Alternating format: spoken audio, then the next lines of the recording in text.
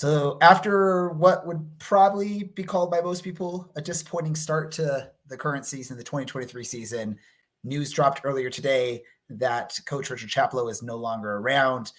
And we're going to have to talk about that, right? I don't know who was shocked, who's surprised, who didn't see this coming. I'm sure some of us did. We'll get into that. Plus, we'll talk more. We got some old friends joining us. Let's get into this. Welcome to the Podcast of Champions.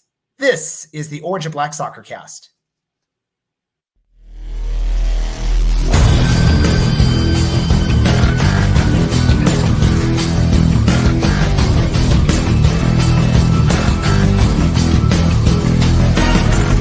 This is the Orange and Black Soccer Cast, the first and only podcast dedicated to Orange County Soccer Club, its fans, and supporters. Follow us on Twitter at OCSC_SoccerCast or on Facebook at Orange and Black Soccer Cast.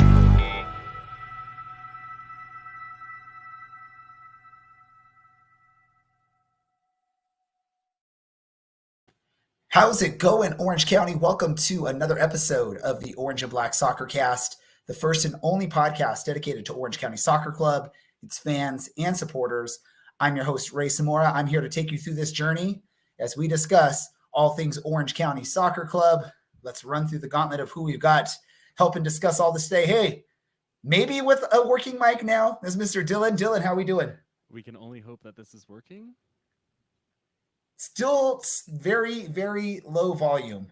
We're going to bump it up and we're going to shout into this thing and hope that that's good enough. But just shout into it, yes. As I'm opening up a 2-liter of soda because I need something to drink. So if you heard a hissing noise, that's what that was. Dylan doesn't like that. Who else do we have here today? Oh, look at this. If we can remember, I think. My God. Well, I'll remember this guy. The original bearded member of our podcast, Mr. Allen. Alan, long time no see. How you doing? Wish we could have you back here on better circumstances as far as the club is related. Yeah, I was looking forward to talking about a very interesting Southern California matchup, and news broke this morning, and it got even more interesting for both sides of the competition coming up Saturday. But I told you guys I'd stop by, say hi. I did put in for a media credential this weekend, so I'm hoping to make the trip up to see Orange County in person. Nice. We look forward to seeing you if you can make it up there. Let's go to the man up in Vegas. What was that? I don't know what that was, but hey, let's go to him. That's Brad. Brad, how are things with you? I'm doing well. Just planning a trip up to Reno to grab our stuff because the girlfriend and I just signed a lease on an apartment today. Ooh. Moving on up to Vegas? I don't know. Is that what you would consider that? I mean, I've been here since November, but now we're finally creating our own space down here. There you go. And one more name we got to bring onto this show. That's the newer bearded member of the podcast. That's Mr. Larry. Larry, what's happening with y'all? Let's just remember that oftentimes newer is better. Is that so? So you're saying I should get an Xbox Series X instead of an Xbox original? Well, for starters, why would you even have an Xbox? And I don't know where. Because it's the better machine. Okay, but we're not here to talk about video games. But Dylan, with the hair pulled back like that, is looking very Christian Bale today, and he's got a halo behind him. So I'm waiting for the angels to sing. All right. So obviously, we were planning on doing sort of a normal show, talk about the loss this weekend to New Mexico, talk about the upcoming match against San Diego. Hey, even talking about a Timbers loss, right? Because that's happened since our last show.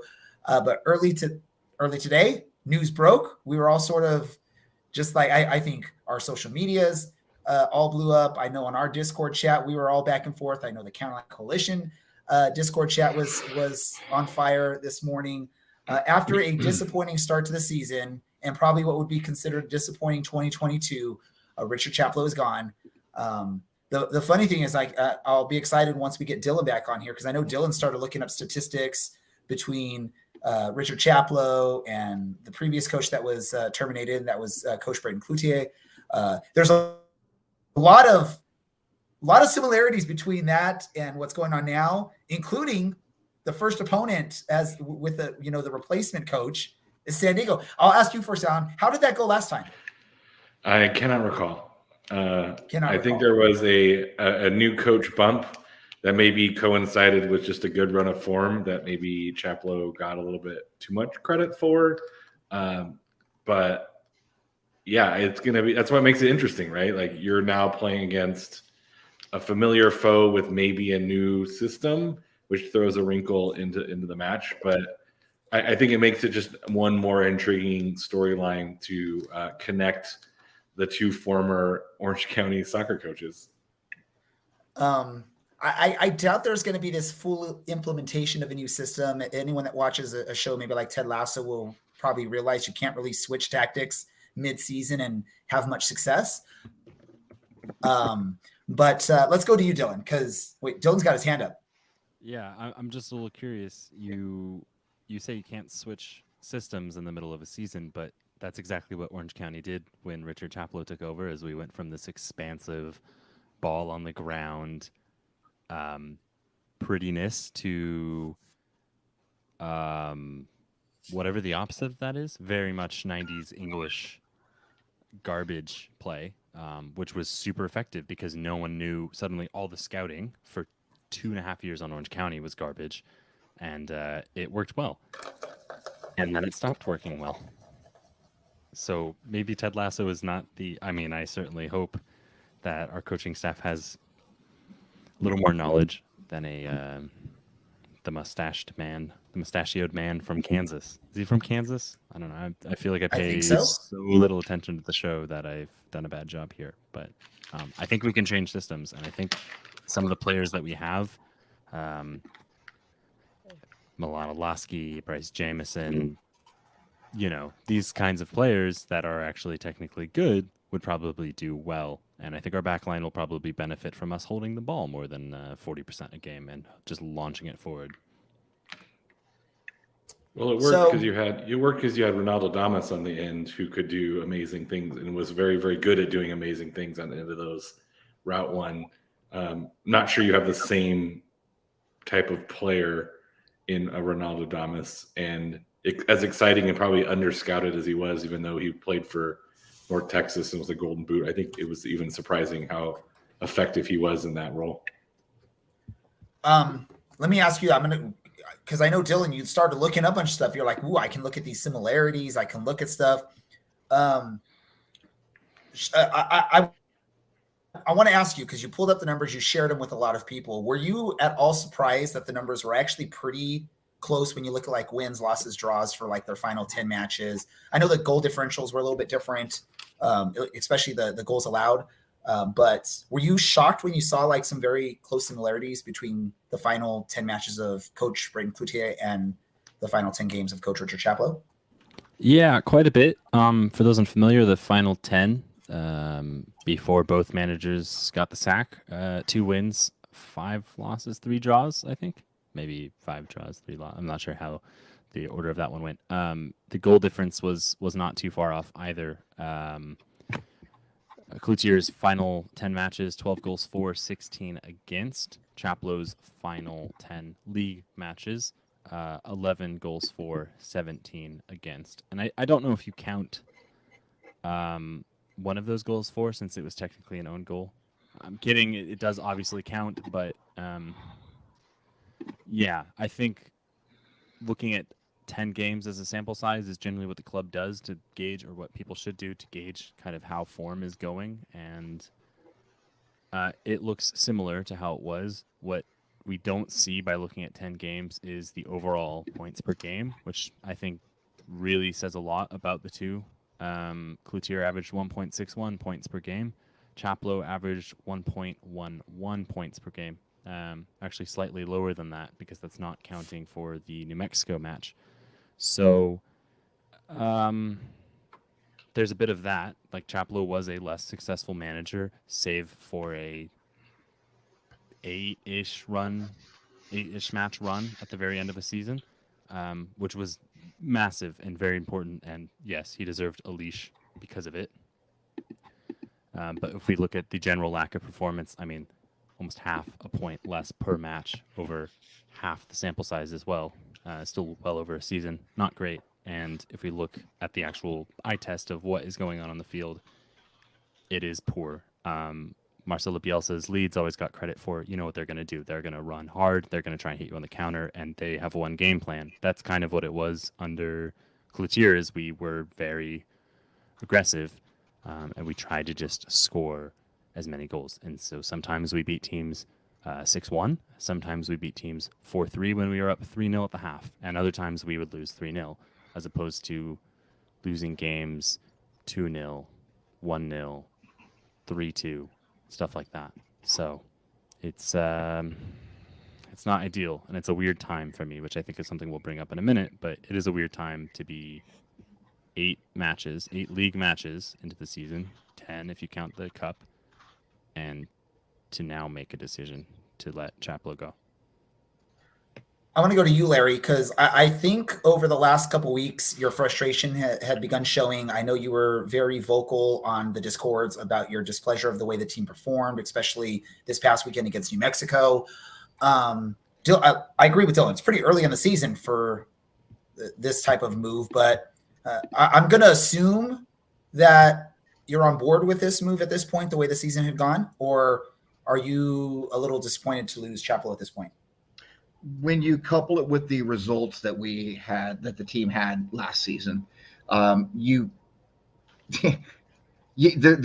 not a lot of positives outside of number 7 to be found, dating back to November 28th of 2021. There hasn't been a lot to be happy about since that day. Speaking with Andy before we came on, and I had said this to some people that I know a couple of days ago, that if we don't get a result this weekend in New Mexico and we don't get a result against San Diego, there's something like this was going to happen. And it happened a week earlier than what I felt than when I felt it was going to happen. It's unfortunate. It is sad. You do not want to, some clown on Twitter, when the club announced it, did the whole praying hands and said, thank God. And of course, my response to that is, I don't think God wants people to lose their livelihood. And nobody wants to see that. And Chaplow's been a part of this team for, God, I don't even know how many years now, since 2016, 2017. He is an integral part of this team and this organization for a lot of years. And it's hard to see that. You know, he has become part of the Orange County Soccer Club family. And when you're there for so long, and it's not like he retiring, going off in the sunset and not just hanging up his playing boots, but hanging up his coaching boots. And he's, the guy's only 38 years old, and now he has to go out and find another job. And that's hard. And I've been there. And it sucks to see it happen, but a change had to come. The team could not keep performing like this and just expect everybody to, say, hey, it's going to be okay. It's going to be okay. I was looking at things through rose-colored glasses last year when I started writing for the Orange and Black Soccer Cast, and then joining the podcast and saying, hey, you know what? We're at a point right now. How did it get here? How do we make it better? There's still hope. And I kept up with that. And then going into the start of this season, hope again. And the start has just been so abysmal, worse than through 8 games last year, that there's no choice but that he has to be relieved of his duties. And I'm sad for it, but I hope that it helps the team to go in a different direction, start seeing some results. Let's start with San Diego on Saturday, and smash Allen, and me laughing and pointing fingers at him while we're standing on the sideline together. I guess it would be nice if they get their first win against San Diego, and if Allen's there as well, we can sort of, maybe Allen's the good luck charm for Orange County if he shows up and they win there. I think you were at the last game where we had our first game with a new coach down in San Diego, probably. So maybe you're a good luck charm when we do coaching changes, Allen.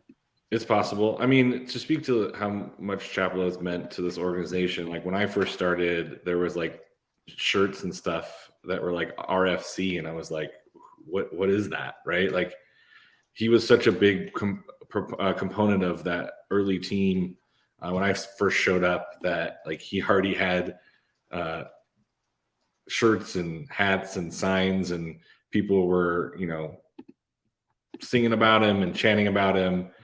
And it is sad to see it happen. I mean, I think with the West right now, you know, El Paso's playing better than they were last year. Monterrey's playing well.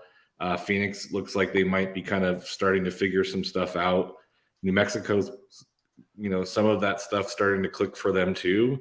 And all of a sudden you're looking at a very strong Western Conference with, you know, Vegas and RGV kind of being the weaker links, and you don't want to be the bottom four because you're out of the playoffs. And looking up at some of these teams that you thought would be bad, like maybe the Switchbacks you didn't think were going to be as good, are doing really well. I think now is the time you make the choice. You have a week at home, so you can kind of prep. You're not traveling, and you make the change now to try and fix your season, as opposed to waiting too long, you know, a la Phoenix last year, where they just held on and never could quite recover.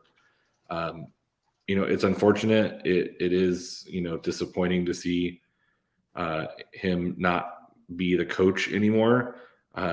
But when you look at the health of the organization, you're still not that far off from that 8th playoff spot, that you want to make a move sooner rather than later when things are more spread out. Let me jump to you, Brad. You've been patiently waiting, quietly waiting your turn to say what you want to say on this, and I appreciate you doing so. Thoughts? Any thought you have on this, and what were your responses to see, or what were your thoughts when you saw some of the responses from fans, both the positive and negative type of responses? Yeah, I mean, so my response to how the fans were, I'm surprised that we didn't really get the chance to be all, you know, Chaplow out and whatnot. The team was actually very quick on it, getting any action through. So, you know, kudos to the team for recognizing that something needed to change. As for the actual firing in of itself, it was kind of one of those. It was gonna happen with how the team was performing, and obviously, I wish the best for Chaplow. He brought us a championship, and he's generally a really nice guy. But something needed to change, clearly, and it happened. Of course, you end right when I'm taking a bite of some food, so I apologize for that, ladies and gentlemen. I'm going to go to you really quick, Alan, because I know you don't have much time left with us. You have to go do bigger, better things. You're way better than us now. But just give us a quick, we'll talk more about Chaplow, but I do want to get a quick little like update and thoughts on San Diego and this match that's coming up this weekend before we let you go. Yeah, I think San Diego, the way they've been playing, is not going to be a huge surprise. There's some tactical wrinkles that they can throw in there about how they use their wing backs, but they are using actual wing backs this year, as opposed to a back four that floats into kind of a one wing back and one defender. Koke Vegas, really good with his feet, ends up being the second center back in a back four, which allows the wing backs to get higher. And, you know, Joe Corona has kind of been a nice addition to the team. Charlie Adams, who Orange County fans are very familiar with, has also been very, very good delivering the ball. Set pieces might play a huge factor in this match, which wouldn't be a surprise for a San Diego Orange County. I think it almost always seems to come down to a nice set piece. But it'll be interesting to see how San Diego recovers. They've lost 2 in a row, a heartbreaking loss to Seattle in the Open Cup. And then Locomotive came in and handed them their first loss at home. So they're going to be motivated to get back on the horse. Their defending has been better, but it's still, I think, kind of the weaker spot of the team. And if this is a game to get an Olaski going, this is the one to look forward to. Obviously, Orange County fans remember Ronaldo Thomas. He's been a nice piece, but really the attacking player that's been really on a tear is Evan Conway. He's taken a step forward. And again, Orange County fans know Evan Conway as the kid who broke their heart. And he liked to score last-minute goals to break ties. But it should be a pretty fun game. Orange County has a lot to prove. They have good players. They just haven't been playing well together. But San Diego look for kind of a 3-5-2 kind of setup. They do drop back into a back four in defense, but it is a straight like wing backs, and they can either play wing backs where they stay wide and cross balls in like they did against El Paso, or they can do inverted where the guys switch play and cut in to challenge defenders. So it should be a pretty nice little challenge. It'll be fun to get this back, and we don't actually have to play each other 3 times this year. We only get each other twice, which is a bummer, but also I think absence makes the heart grow fonder, and I think it'll be good to get this one back up and started for both teams. I think there's a bus coming up, and so I know a lot of fans really look forward to coming up to Orange County because it is a great place to watch a soccer match. The facilities are great. You guys have been so welcoming, ribbing aside. I know there were some issues last time, but hopefully everything goes well. I think you guys moved where the away fans are to avoid some of those familiar issues. But San Diego fans are looking forward to getting back and kind of renewing this early budding rivalry. We're always happy to have them there, Alan. Yeah, so there will be a bus. So now we just need to figure out how we're going to cause major traffic on I-5 so all those fans get stuck on the 5 instead of making it to the stadium, right? I got it. You got it, Larry. You take care of that. That's your mission for this weekend. Yes. I'll open it up to Dylan, Larry, or Brad. Do any of you have questions for Alan regarding the match before we let Alan head off and join his other podcast that he has to do tonight? Alan, I am curious. What was the reaction? I didn't get a chance to follow. What was the reaction to San Diego getting Ronaldo Damas and knowing what he brings to their table? I mean, I think there was a lot of excitement. There were some questions with Kyle Vassell leaving in the offseason. And so there's a lot of questions like who's going to take his place, and then word came out. Why is his name escaping me? The guy who went to Orange County from San Diego, and then even more questions. Yeah, even more questions were asked, like, why are we getting rid of 2 of the bigger goal scorers? And so waiting in the wings was this wonderful Haitian player through Scandinavia into San Diego. And I think a lot of people were really excited because they saw what he did against their team, right? Ronaldo Damas was a headache for a lot of players. And any team getting a player of that caliber is going to be super excited. I mean, especially if it's against you're borrowing them from a rival. Essentially, it's a double win, right? So I think a lot of people have respect for him and his play. Eric Cavillo was walking him off the field when El Paso beat San Diego, so you know that he's a well-respected teammate as well. I mean, guys, like Eric Cavillo, you gotta tip your hat to if he's consoling someone like Damas on the way off the pitch. You know that those guys were good teammates, and so I think it just speaks to the player as on the pitch, but also the player off the pitch. And so I think it was just really exciting to get a kid like that. Cool. Brad, do you have any question for Alan? Or I actually do not. It's just All nice right. having you on, Alan. It is indeed. It definitely is. And I honestly, I wish it was more like we were originally planning, coming on, bantering back and forth a little bit about San Diego. But obviously, when big news drops, you got to sort of, make some changes to the platform. But we still appreciate you coming on and sharing your thoughts on, what happened with Orange County and the season. Really quick, I want to ask for your prediction for this match. And I will use that as my pick. So, Brad, let me just make sure Brad has the. Oh, it is not open. Hold on. All right, so Brad's going to open it. I will get it put in later then. Alan, what's your prediction for this match? And I also need to know if Orange County scores a goal, who is scoring the first goal for Orange County? Oh, I'm going to go 2-1 Loyal, and I think Olaski is going to he's going to dribble it across the top of the 18 and just bend it in like he loves to do. So I'm looking forward to seeing that, but also dreading seeing that because I know it's coming. It's coming. Awesome. Alan, if people want to still follow you and they've lost sort of touch of where to listen to you, where to follow you, what are like the 10 shows that you're on, podcasts that you're on that cover the sport? Two Balls and a Mic in the segment Two Balls Underwood, and then USL show, although I will not be appearing the next 2 weeks because I have meetings that overlap. But those two shows are where you can find me talking about soccer musings. And then maybe or maybe not, there'll maybe be some writing over the summer on either Two Balls, their page, or USL shows just teamed up with Protagonist. And so we might be doing some rotating writing for Protagonist as well.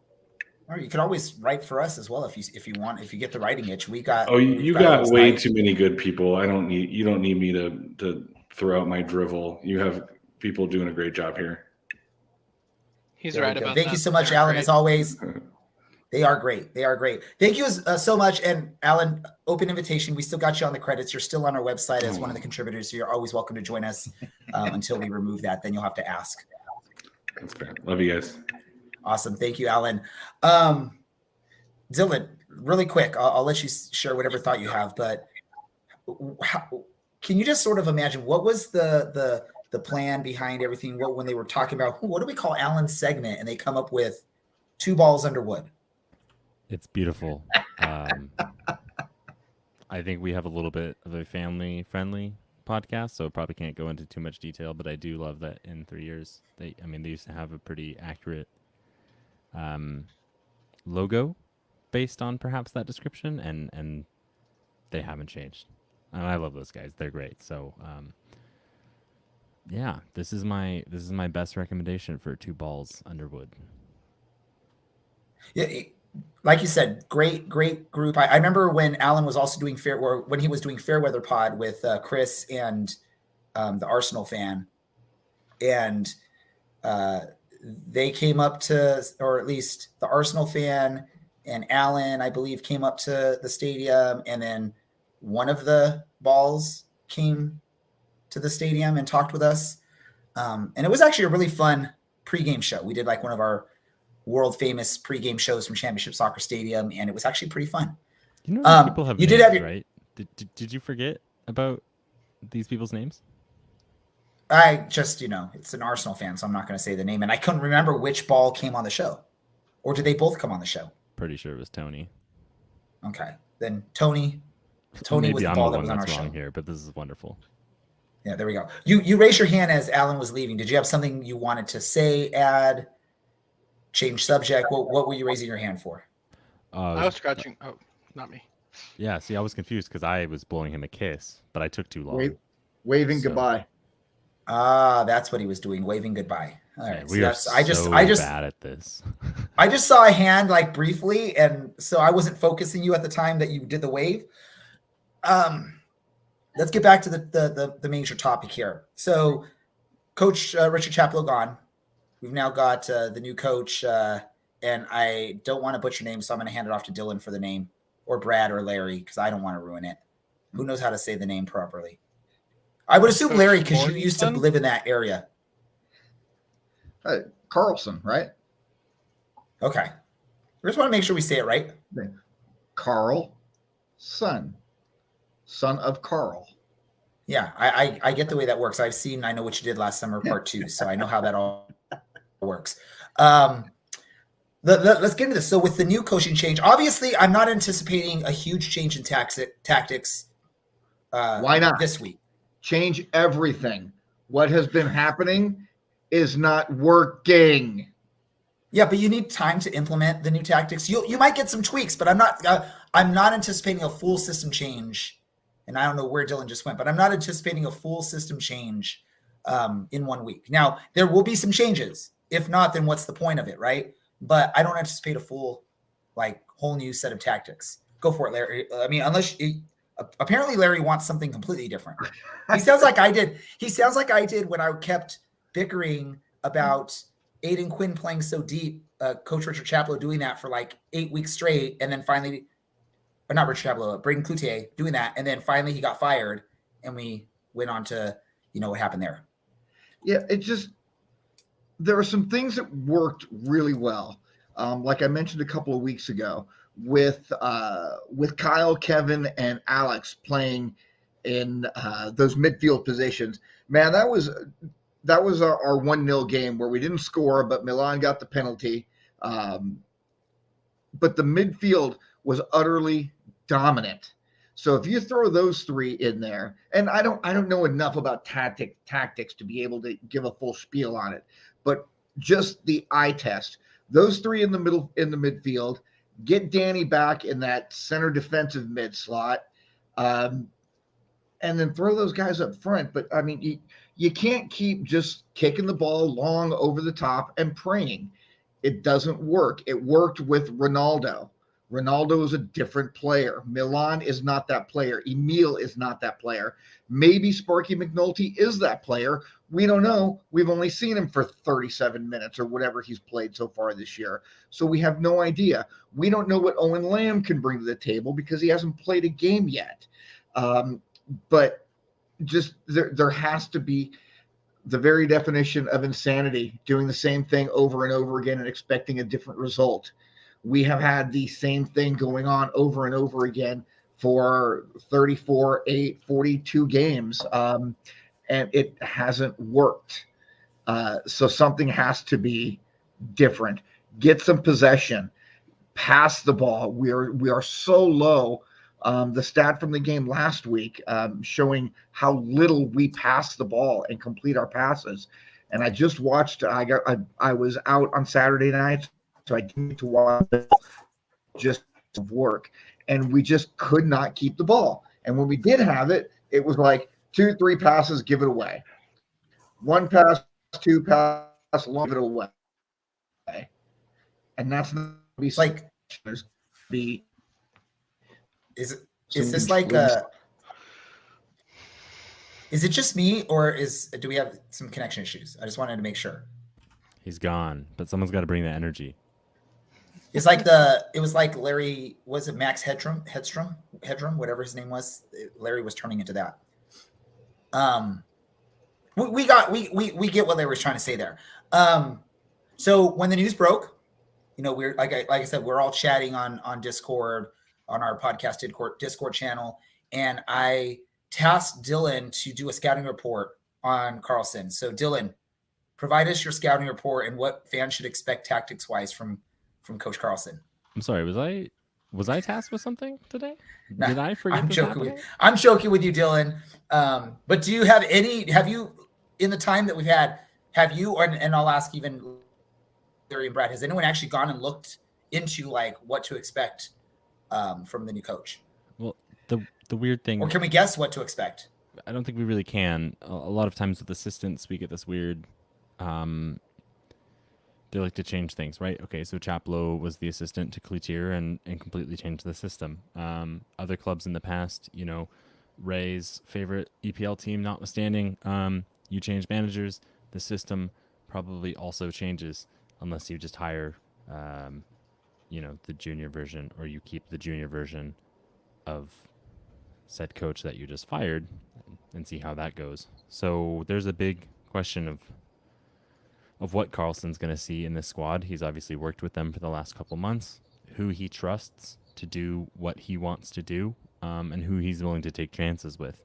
It's a squad of 20-odd players, so there's probably some people that don't particularly care for him and that he might not particularly care for himself. And it's kind of up to them now to stop the rot and actually start performing, because it's been a year now of underperforming, and I know injuries are kind of the excuse for last year, but there's a lot there kind of lying underneath that has to go now, and it does have to be like right now. So for those watching the live stream, the video version of this, Larry's getting to replay his favorite game of the season or match of the season. Let me go to you really quick, Brad. Again, this is all sort of just guesswork right at this point, because none of us really know what we're going to expect out of Coach Karlsson. None of us have seen the interaction between Coach Karlsson and the players at practices or anything like that. Is there a player, Brad, that you look at that maybe this will light a little fire for them and maybe have them sort of, make a run or turn these around? I I would go back to when Chaplow, did his thing. I think Thomas is the one that sort of benefited the most from that change because the system was sort of built on that. Anyone that you think will benefit from a coaching change at this point? Yeah, I'm hoping that we see more of Kyle Scott on the ball. I think he's been our best two-way player so far this season. In terms of when we give it the ball or when the opposing team has the ball, it's Kyle Scott and Kevin Partita, the two who are really fighting them more for it, and Kevin Partita being the unlucky soul who gets more cards for his actions. Well, his actions deserve the yellow cards. True. Guys, yeah, I mean, as long as it doesn't turn into double yellow and a red card from that, right? I mean, I love to see the aggressiveness. Just don't accumulate too many yellows. Don't get 2 yellows in a match. It's not an issue unless you're conceding, giving up those yellow cards in a dangerous spot where the other team's, benefiting from it with a goal or a shot on goal. I'll go to you, Larry. Is there anyone that you think, from a coaching change, maybe it's not going to be good? Like, just again, we don't know what the coaching, the tactics are going to be. We don't know much about this. We're just sort of really guessing. But I mean, you're on the field. You see the players out on the pitch. Do you think there's anyone that maybe loved Chaplow's, plan and what was going on and maybe is going to be disappointed if things change? I don't think I have the expertise to speak on that. And watching the game from the sidelines is a little bit different than watching it on TV or even from up with the CLC. I know that there are things that are, right here, Marcus getting nutmegged right there. And where was Alex? Alex not playing with his head on a swivel, which is, kind of something you sort of need to do last time I checked on a soccer pitch. It's just, there's a lot of bad things going on the back line. And I don't feel like Marcus and I don't feel like Foxy are at fault in regards to this. It's just silly, stupid crap happening that just shouldn't be happening. Not getting the help on the weak side is making a huge difference. Who's going to benefit from this? I hope all of us benefit from this coaching change because none of us want to see this team end up at the bottom of the table again. We watched it last year. We don't want to see it again. We want to see success or at least a respectable product. And I hate to sound so negative, but we haven't had, again, since November 28th of 2021, we have not put a respectable product for 90 minutes on the pitch. Just hasn't happened unless you count the 2 5-1 victories against lower level teams and Tulsa in the U.S. Open Cup the last 2 years. There just hasn't been a lot of good there, and I'd just like to see some good. So, speaking of the Open Cup, Larry, I mean, Orange County did play against Portland last week. Was a decently close match until you get to the very end there. I think a very an emotional roller coaster for most Orange County fans who thought there was an equalizer late in the match only to be called offside. It was a legit offside call. It wasn't a bad call when you look at the replay. And then for the weirdest of runs of play for a goalkeeper that I can remember watching. I know speaking with some people at the watch party, which again, the watch party was pretty awesome. If you didn't make it out there, you missed out on a neat little experience there. But speaking to some people, they felt like there should have been an interference call on the Portland player on that. Now, who knows? It probably still ends up Orange County loses 2-1 at that point. But that third goal really sealed it. But shouldn't Cody Cropper have jumped and tried to grab that ball regardless if he feels like there's someone interfering in the play? I'll go to you, Brad, since we haven't heard from you for a few moments here. Yeah, can you repeat the question one more time? I apologize. All right, I'm going to go to you, Dylan, and then he maybe will figure out this question. Go, Dylan. Yes, Cropper should go for it. If you're the goalkeeper, I mean, basically, if you're in the 18, I mean, think of what Andre Onana did for Ajax for. It felt like all of that season was just running out 12, 15 yards and going for it because you're going to get the call 9 out of 10 times, if not 10 out of the 10 times. It's going to go your way. So you might as well. But I also don't necessarily want to criticize a player for not wanting to go and potentially end up with an injury, because if you land wrong on your wrist, that could easily be the end of your career. That is true. That is very true. Brad, so you now know sort of what the question is. Does it frustrate you at all? And I'll have to say this too. This is, again, we haven't talked much about this, but I feel like it was a really poor match for Cody Cropper. I think I believe it was the second goal that he actually got his both palms on, but he was like at a weird angle and didn't push the ball away from the goal, so it led to that second goal for Portland. Do you think, though, specifically that interference call at the end of or non-interference call at the end of the match, does that frustrate you when you're watching that, or can you understand why he's not jumping for that? I mean, I feel like there's no interference because he's not actively committed for the ball there. If he does commit, maybe you get the call. But I feel like that game, it isn't unreasonable to say that game was fully against him.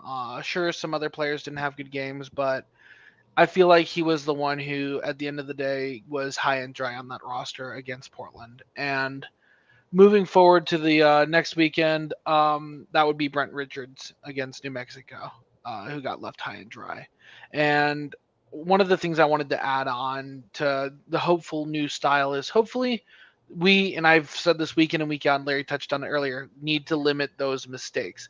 There have been so many mistakes this season of just giving the ball up in simple times. You know, a pass that crosses the field that gets intercepted and no one's able to recover in time. Those are where I feel like the majority of our goals have been, or at least a significant third of our goals have probably come against something that we self-inflicted ourselves with. And moving forward, you know, hopefully someone does catch fire and start scoring some goals. If it's Milan, it's Milan. If it's Emil, it's Emil. If it's some other person on this roster, that's what the two things we are missing. Nobody's finishing the goals. We can hit every crossbar in the game and call ourselves unlucky. But if we don't actually find the back of the net, eventually it's not unlucky and it's just a pattern. And I'm just going to answer the question that our producer Andy put on the chats. Basically what we want to see is concede less goals and score more goals. And that's perfect there. Let's go back to that second goal. Dylan in our private chats mentioned that was the one that probably you're more disappointed on, Dylan. I want to ask you, Larry, because it's sort of goalkeeper 101 is you have to have strong hands. I teach my goalies on my teams. Like I will go up to them and I will do like 2 minutes of drills where I'm just giving them hard high fives. They have their goalie gloves on. And I tell them, don't let your hands bend backward at all and actually push my hand back and make my hand bend forward. That's like goalkeeper 101 is the strength to be able to bat the ball away and not concede a goal. Is that being too harsh, that the fact that Cody sort of let that go in, or is that the more frustrating of the 3 conceded goals in that match for you? That one, goal 2 and goal 3 were pretty frustrating, frankly. That particular one, that was pretty frustrating because it's one of the first things goalkeepers get taught. And, you know, Grayson had a goalkeeper coach for, you know, a number for quite a while, trying to get him, confidence in there. And I mean, obviously, we're not on the pitch. We don't know what kind of velocity was on that ball. We can't see it on TV. What we could see on TV looks like a ball that should get pushed out to the side. So, mistake. It happens. You don't want it to, but I kind of have put the Open Cup game against Portland in the rear view at this point. The fact that it was only 3-1 probably says more about Portland not putting out their top tier players, as opposed to us playing a particularly good game.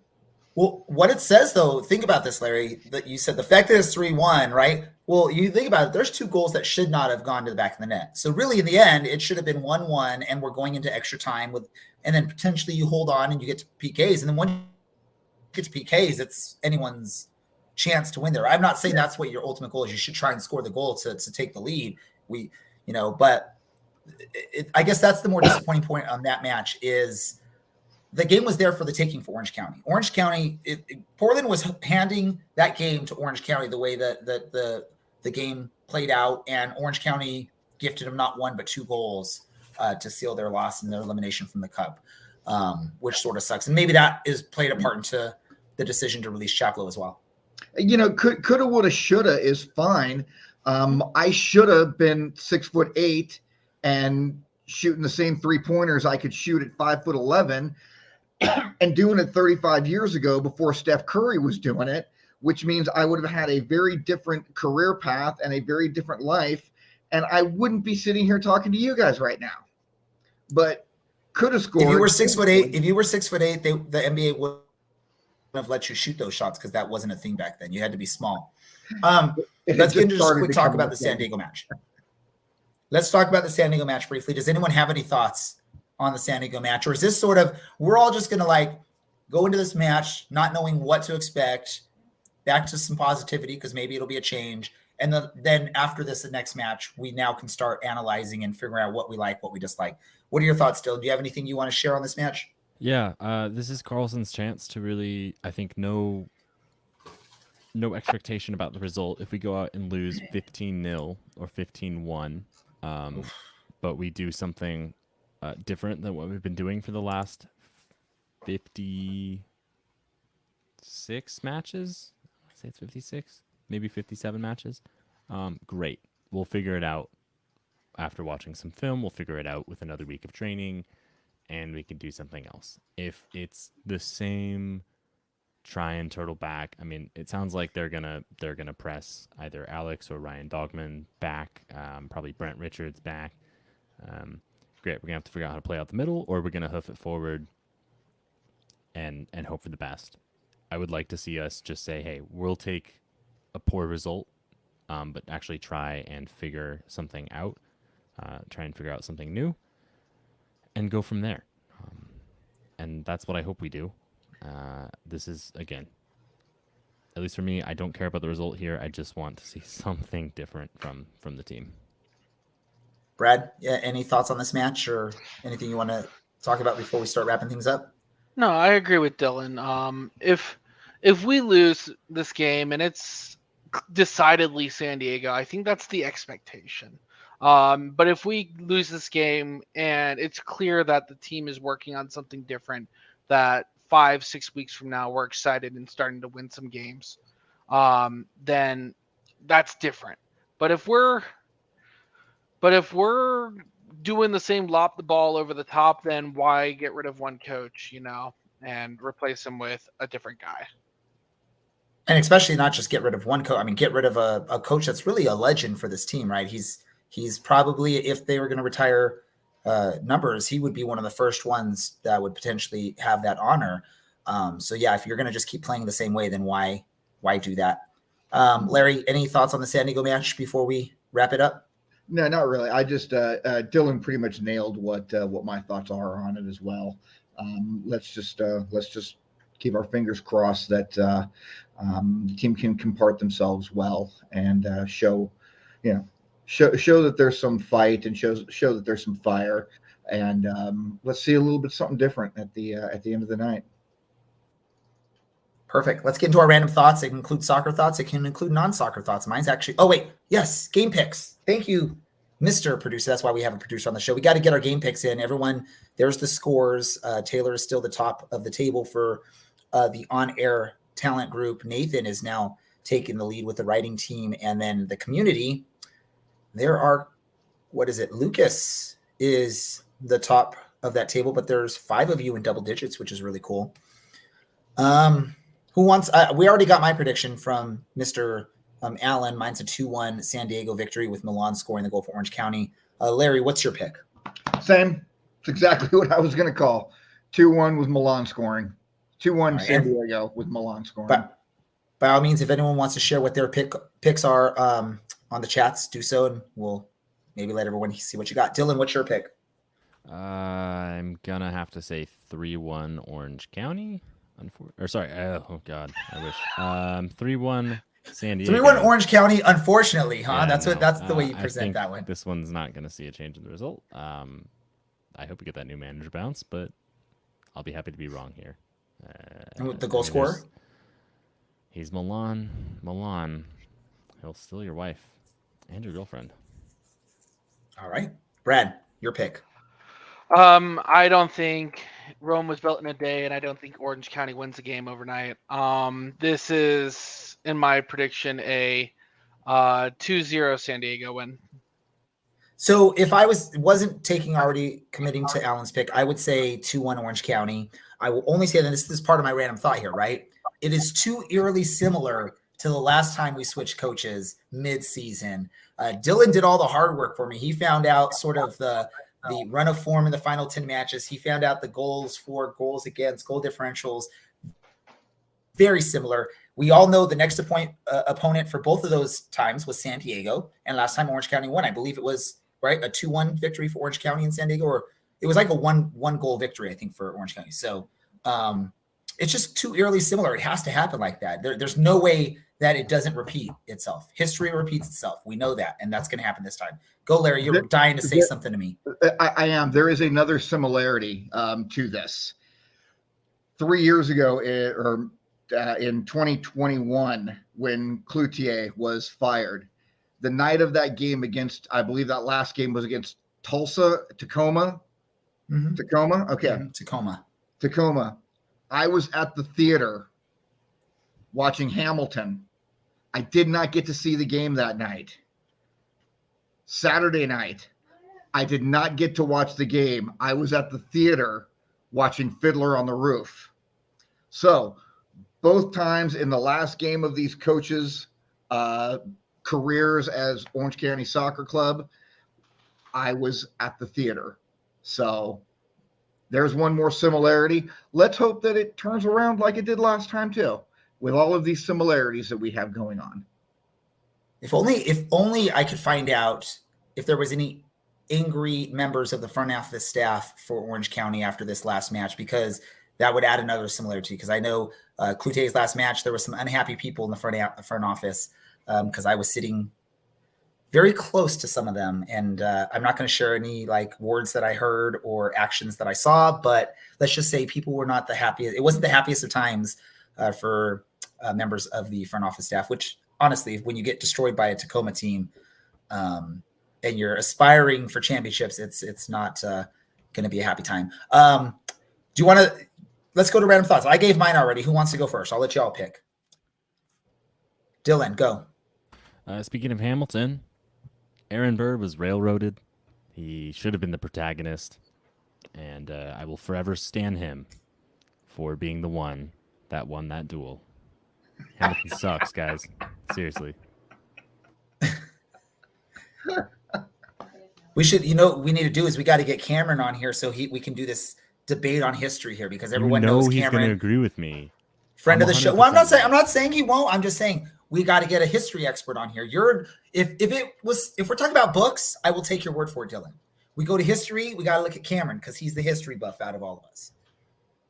Or if it was maps, I'd bring my older son Landon on here and he would run tables. Dylan knows this too. Dylan was witness to the map genius that my son is. That's true. That's your random thought. Brad, your random thought. Yeah, airlines suck when you are up against the wall to book one. Preach. Larry. All right. Larry, do you have a random thought? I do. English League Championship.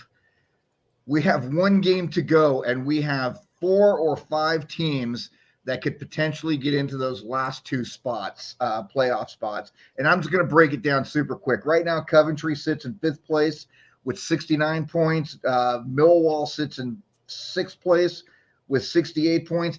And my Black Cats, where's it? Oh, here, it's over here on this side. Dylan, nobody cares about Luton. They're already in the playoffs. Shut up. So a Coventry loss, a Millwall loss, a Millwall tie, combined with a Sunderland win, and the Black Cats are in the playoff. Don't care about the teams that are behind because Sunderland has all of them on goal differential. So Monday is going to be super, super fun because all of these teams are basically banging head to head against each other in the last 2 hours of the English Championship. And don't forget that promotion game, it is the most monetarily gainful game in all of soccer worldwide. It is a game that is worth £100 million or euros, whatever you want to call it. And that's a ridiculous sum of money, which if I could have been 6'8" and shooting those 3-pointers, I would have that in the bank. And again, I would not be talking to you people right now. We might be better for it. Let's do this. One last thing I got to say, and this is hopefully I don't get anyone mad, but no one, absolutely no one should be scared of the word queer. There should be no one that is scared of that word. Nobody. Don't be afraid of it. Don't be afraid of that word. I don't care the age, where you live, where you're from. That is not a word to be scared of. Correct? Correct. I want to thank everyone. Our guest, Alan, today. Of course, these fine people with me, Brad, Dylan, Larry, our producer, Andy, and then those that are part of the team that aren't on the show, but we know they do all the hard work still. Thank you all so much. The listeners, thanks for taking part in the chats. We appreciate it. This is the Orange and Black Soccer Cast, and we are out.